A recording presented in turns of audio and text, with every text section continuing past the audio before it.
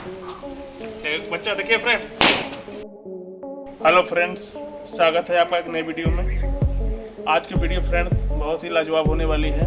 हम लोग नॉर्मल किसी बैलून को फुलाते हैं इस प्रकार से और इसको इस प्रकार से फोड़ते हैं, लेकिन आज कुछ अलग तरीके से मैं बैलून को फोड़ूंगा। तो इसके लिए मैंने एक सेटअप बनाया है फ्रेंड, वो सेटअप आपको मैं दिखाता हूँ।